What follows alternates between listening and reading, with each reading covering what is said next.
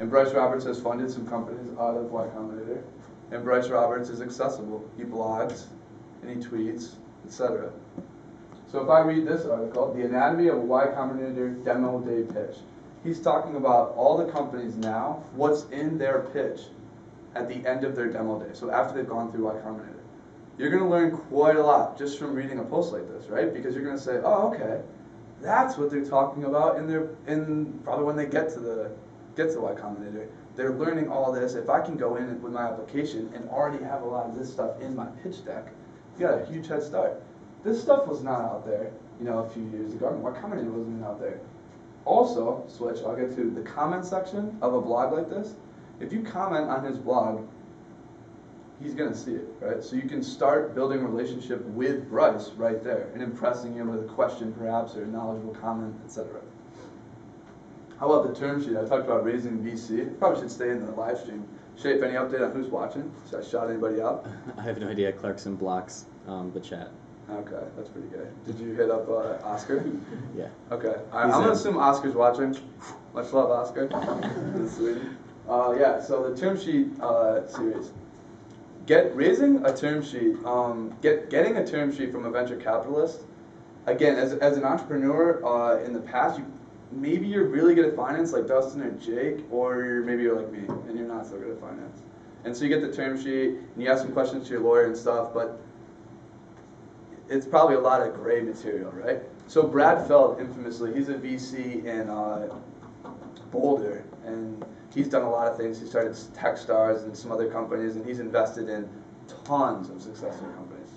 So he wrote this thing, and it even goes down like here. He wrote all these posts about each term in a term sheet, right? So if you read this whole post, and then you go and raise venture capital, and you weren't finance savvy, you don't have access to take a class like Dustin's taking or Jake has taken or whatever, you can just read this, and at least you're going to be more versed than you were before on what each term in the term sheet stands for, right? So again, this is all free. This is all out there on the web, this whole series, so you can switch.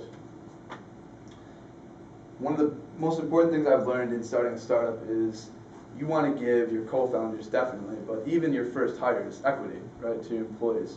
But how much? Anybody have any idea how much equity you should give for your first, 5 or 6 employees? Anybody? No idea. Very dark, right? Even Shafe. Shafe knows everything. Shafe doesn't know. So, well, doesn't matter. Read this. Fred Wilson is a VC in New York, arguably the most successful venture capitalist in New York City. He's invested in companies like Twitter, Zynga, Foursquare. I mean, Zynga builds Farmville on Facebook. He's invested in some of the biggest companies in technology today, his firm. And he wrote a post on employee equity. So if you read his post, I'm betting you're going to learn, like I have, quite a bit on how much equity should go to some of your first employees. And he breaks down the math, he makes it understandable. It's all there for free. And then check this out. Switch. How many comments he's getting per post? It's even low for some. 155. Do you know who's commenting in his post? Cris Dixon. Who's Cris Dixon? He's an entrepreneur and an angel investor. He runs a fund in New York City. He's sharing some of his opinions, and Fred Wilson's commenting on it. So you dive in here, you have 100+ comments from wicked successful people usually, right? Every single person in the comments could be a relationship you could build that could help your startup someday. And you could get Fred Wilson commenting on your comments, probably. What does that mean? You're starting. That's your first data point with your relationship with Fred, or with any of these other guys. And maybe one day, because of that, because you're reading his blog, you're commenting, you might be able to get a meeting with Fred. If you're trying to raise money from Fred, which you should, I think, if you're building a tech company anywhere in the U.S. So switch. Getting to the access to information. This is an article by Ben Horowitz just from last week. He's the founder of Opsware, which is before most of my time. I didn't know that company, but he's very successful. He started a VC firm called Andreessen Horowitz, and with Mark Andreessen, who's the founder of Netscape. And these guys now have invested, I think, I'm not going to remember any of the companies other than Facebook, but I know they invested in Facebook recently. And people probably know Facebook's valuation right now is like 80 billion. So they're doing good. He wrote a post called "What's the most difficult CEO skill? Managing your own psychology." So if you read this and you're about to be a startup founder and eventually build your company where you're a CEO of many employees, you can read this, you see what he's saying about the most tough skill, and you can figure out ahead of time what's coming, because it messes with your head. My dad's seen it. It messes with your head when you're an entrepreneur and you're the CEO and you have a lot of pressure. And he's giving tips on how to manage it, how he managed it, because he managed it successfully. This isn't a consultant or a journalist. No offense again to them, but like, this is somebody who did it and is doing it right now. Sharing that, that's changing the whole game. So let's switch it. Here's a tool that, thank you to Shafe for reminding me to put this in the presentation. It's called Quora. Anybody here visit Quora other than me and Shafe?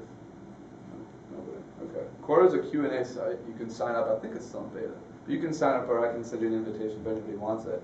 What Quora is doing is you can ask a question about anything, and most of it's startup and tech stuff in there. But check out the questions. You can just switch. I'll show you an example. So here's one question. When first starting a company, what is the most concise advice for selecting between the options of a C Corp, S Corp, LLC?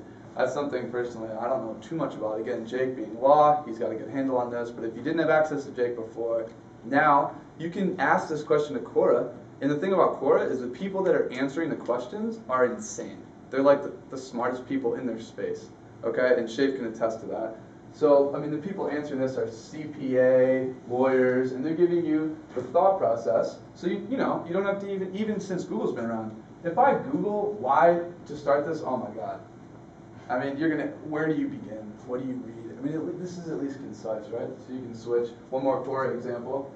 How about if you wanted to study AOL? You want to build a company kind of in media publishing, maybe Zach wants to do this someday, and you want to look back on the history of AOL, and you ask a question about AOL, the Quora, and the founder and CEO, Steve Case, answers it in detail. I mean, that's unprecedented, right? So check this out. How about if you can comment on his question, ask him another follow-up question, say thanks or something. Here's your first data point with your relationship with Steve Case, right? Shape, any examples of Quora?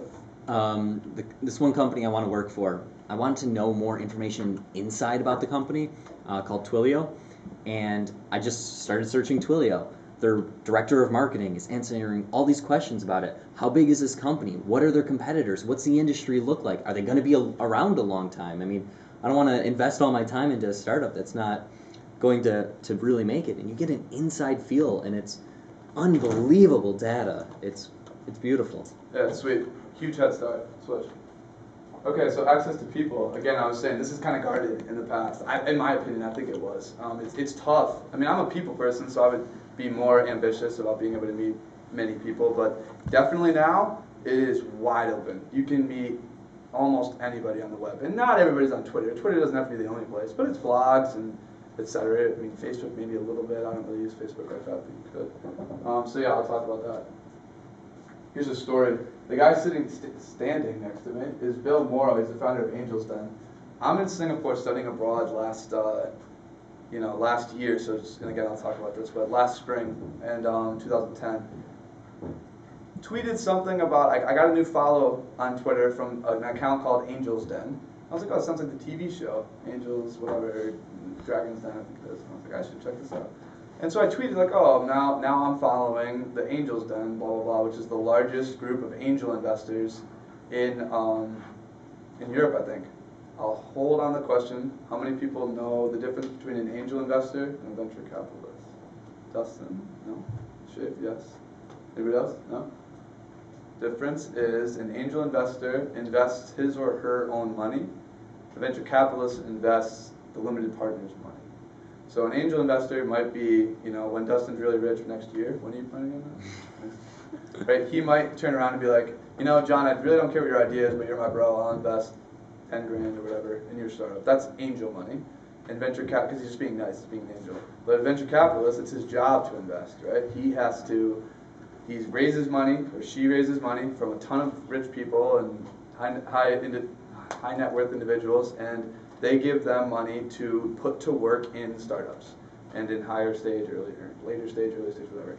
That's the difference. So Bill Morrow is an entrepreneur. Now he's the founder of a network of angels who are looking for startups to invest in. So he's got the largest network in Europe, and he is expanding to Singapore and Asia, etc. and they're on Twitter, and they start following me because I'm in Singapore tweeting. So I say that. They tweet me back on the spot the night I'm out doing something. They tweet me back and say, oh, our founder is in Singapore. Do you want to get coffee with him? I was like, should ask my dad. Yes, I do want to get coffee with him. That'd be awesome. And so I tweet back Bill, and I'm like, yeah, let's do this. He's like, would you fancy a coffee on Tuesday? Yes. So we get together, and here's Bill. Bill is now connected to thousands of investors in Europe and Asia. And he's a friend of mine. And switch it. Fast forward from that, was maybe in April.